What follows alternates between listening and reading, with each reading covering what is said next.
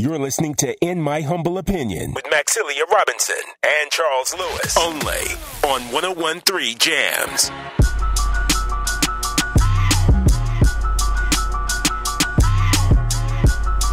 IMHO Talk Show. Search Charles Aaron.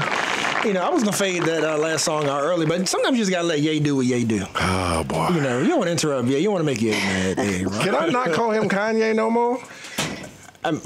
Mama named Kanye, I'm going to call him Kanye. Mama named Kanye, I'm going to call him Kanye. And West, too. I'm putting West on there, too. Shout out to Yeezy, man. That's right. Yeah, you know. Still love you, bro. Still love you, bro. Oh, boy, you make it hard, though, Yeezy. Woo, you make it hard. Max, what'd you say, Max? Is he still invited? Still invited, all right. I don't know, Max. He be bringing that bad potato salad now. I don't know.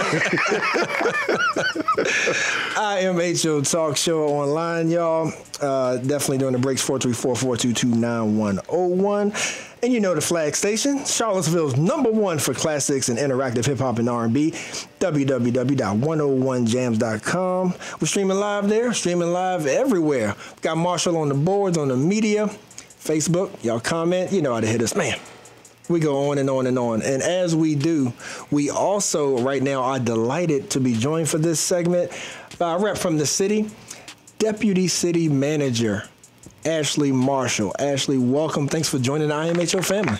Thank you for having me. It's a pleasure. Awesome. Absolutely. So as we normally ask folks in similar positions to yours, first thing is, what in the world were you thinking coming to Charlottesville? That's question number one. No, but seriously, what brought you to the lovely city of Charlottesville? Well, actually, what brought me was the fact that this role exists. Most roles looking at diversity, inclusion, justice are maybe managerial, maybe mid-level, possibly in human resources. But this particular space is really unique. And also, my thought process was that a community that would create a deputy city manager who could focus on equity would be willing to have those conversations. Not that they still wouldn't be hard, but that is a really amazing sign that you're willing to at least think through how equity can impact and improve your city. Right. Yeah. So that brought you here. Now, what is the background on the creation of that? Because you are the first in this position, right? I am. So congrats to you. Thank you.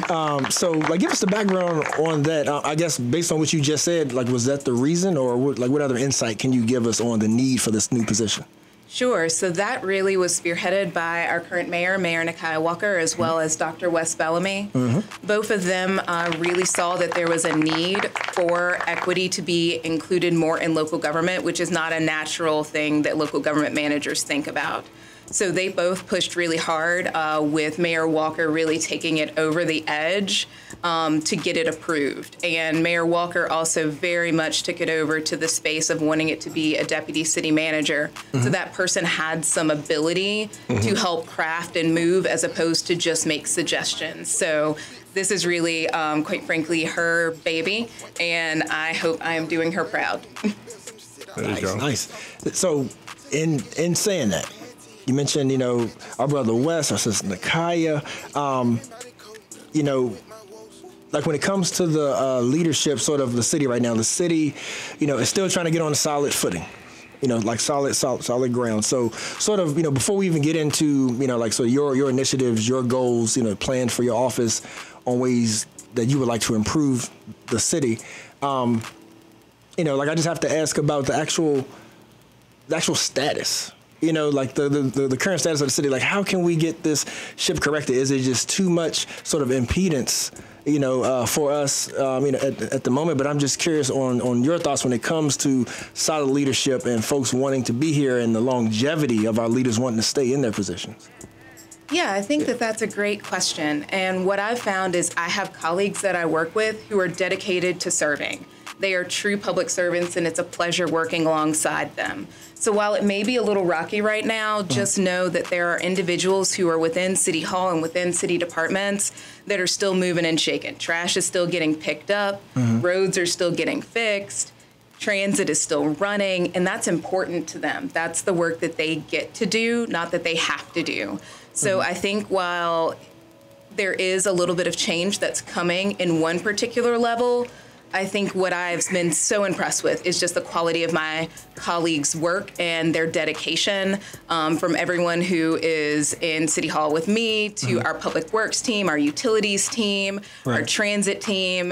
They're all doing a phenomenal job, again, because they get to, not because they have to. So I just tell people to remember that if everything is still moving, the city will still keep going, and, you know, we'll have a search ahead of us. Yeah. And, you know, we had your colleague, Sam Samuels on, you know, a couple weeks ago. And so, you know, and it seems like even more so with your position as well, it seems like that maybe kind of the vision for that, you know, like to correct some of the turmoil that's going on. Unfortunately or fortunately, because you may be ready for the challenge. But it seems like just based on the title, it may fall more in your lap. And I could be wrong for that. So I'm curious about your goals, right? Your vision on ways that we can really right this ship when it comes to the outward facing. Because you're right, work is getting done. But of course, you know, like friends of mine that may live in other states, elsewhere, whatever, they'd be like, what the hell? Charlottesville? What's going on in the Ville? Turn up. You know? So you're right. So like we have strong black leadership in particular that, you know, sometimes that gets met with opposition if you're maybe too black sometimes. So, you know, so the whole balancing that thing out, like when you look at your work and your goals, like I said, you know, like sort of your vision and mission, like sort of walk us through that on some steps that you think that we should take going forward. Sure. So one of my primary focuses actually is internally. And the reason why is because we have amazing staff who maybe have not had the opportunity to really explore the impacts that they could be unknowingly having on members of our community. The way I always put it is I don't want to send people out where they are unsure that they're doing harm. And so a lot of my work, and if you look at the role, a lot of it is focused inwardly, which will hopefully also help build that stability because it will make the city be an even more comfortable place for everyone, no matter who you are. Externally, I get a lot of the opportunity to really think about equity in the community. A lot of that is falling in currently into the affordable housing work that the community has pledged to do, but also part of that work has really fallen in for me most recently into looking at our unhoused neighbors, because those are individuals who don't even have a home that needs repair. They are simply, unfortunately, out on the streets currently. Our shelters are full. And so I've been working with a great set of people both in the city and out of the city to just make sure we think about that, because that's not only equity when we just think about our neighbor, but from the data that I received, roughly 45% of our homeless that was served last year were African American. So that adds an additional layer of racial equity to the mix. So I see some things certainly that need to be done externally, but also making sure that internally we're doing the work so that when we go out, we've got the most knowledge to be the best servants that we can. Nice. So, thank you for that. This is an interesting conversation. So I have a colleague that was the diversity, inclusion, equity chairman for the largest luxury brand in the world. Recently resigned and stated to me when I asked the question, Aaron, they ain't serious about doing nothing. I bring that to you because a lot of times, and we talk real, this is in my humble opinion, we talk very frankly, white America's response to black trauma is they do things like this. They create jobs, they create positions, they create all this atmosphere to look like we are serious about solving racism. Yep, they check the box. They check the box. Hey, you know what, city? Oh, we got this.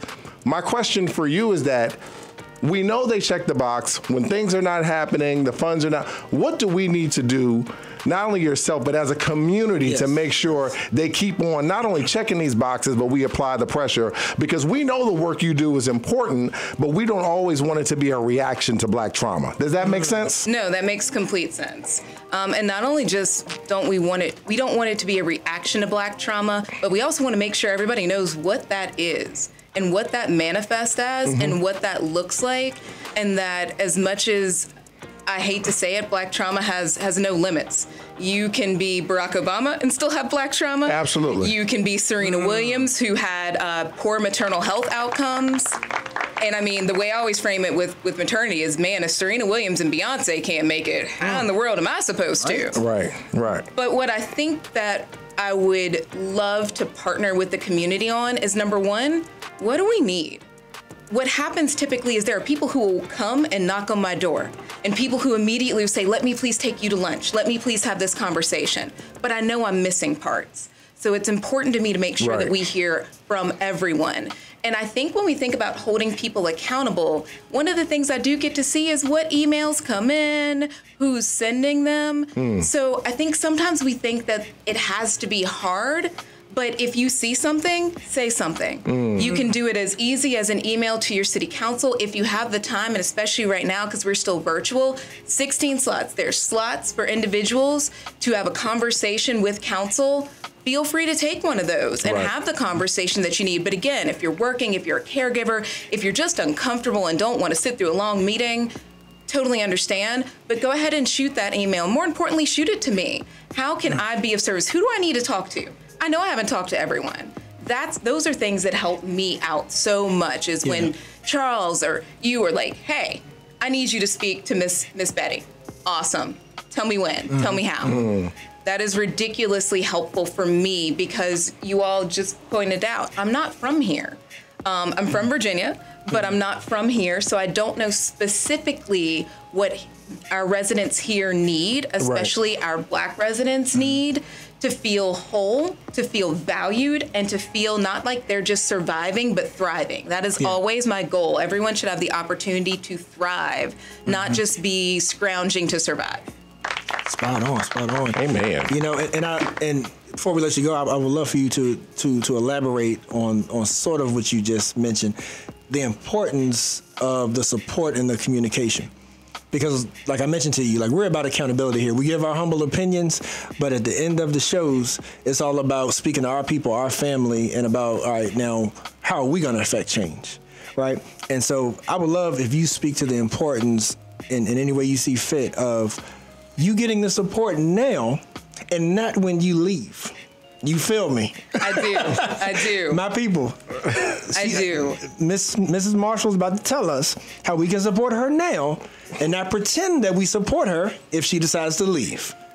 And honestly, I think it is as easy as what I just said. I need people to talk to me, and there's no limit on who that person can be. But I need to hear from the full community, because right now what I do have the privilege of doing is setting a plan. City Council created this role, again, under the leadership of Mayor Walker. But interestingly enough, my office is unfunded for the first year. That does pose some barriers, but the benefit, though, is I get to actually take some time and hear and plan for my ask, because budget season is coming up. So if you want to talk to me a little sooner than later, completely helpful. But just have those conversations. And if you're uncomfortable having those conversations with me, an email. If you don't want to have them with me at all, email City Council. Trust me, they will send it to me if it feels anything like it fits in my wheelhouse. And I also have some, more traditional city manager roles. Office of Human Rights is under me, the Police Civilian Review Board, Office of Human Services. So anything in those areas, and even SAMS.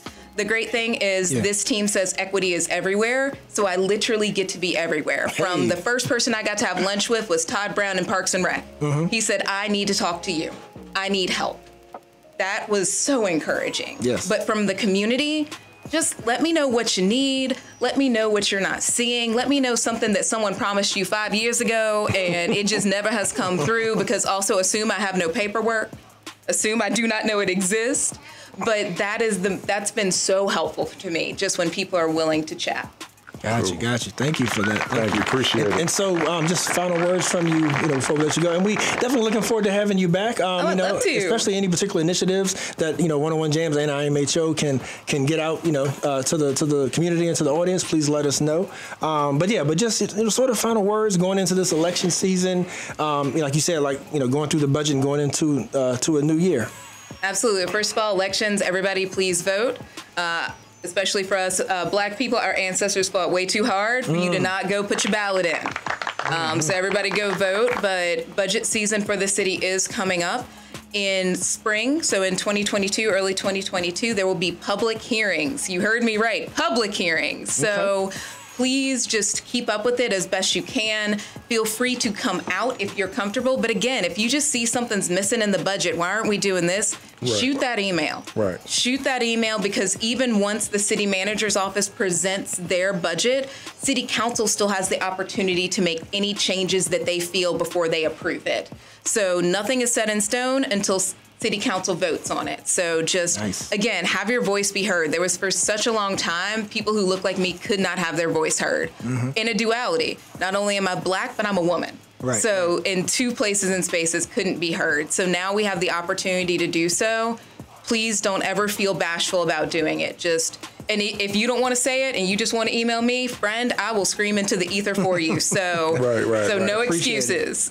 Much appreciated. So, family, well, thank you, Mrs. Ashley Reynolds Marshall, for joining us once again. That was Charlottesville's first Deputy City Manager for REDI, Racial Equity, Diversity, and Inclusion. And, hey, y'all can reach her at charlottesville.gov. You can find her there. Please follow up, people. Let's take ours in our own hands, all right? So, hey, it's Charles, it's Max, it's Aaron. We're going to be back with more. Stay tuned. IMHO Talk Show. You're listening to In My Humble Opinion with Maxilia Robinson and Charles Lewis, only on 101.3 Jams.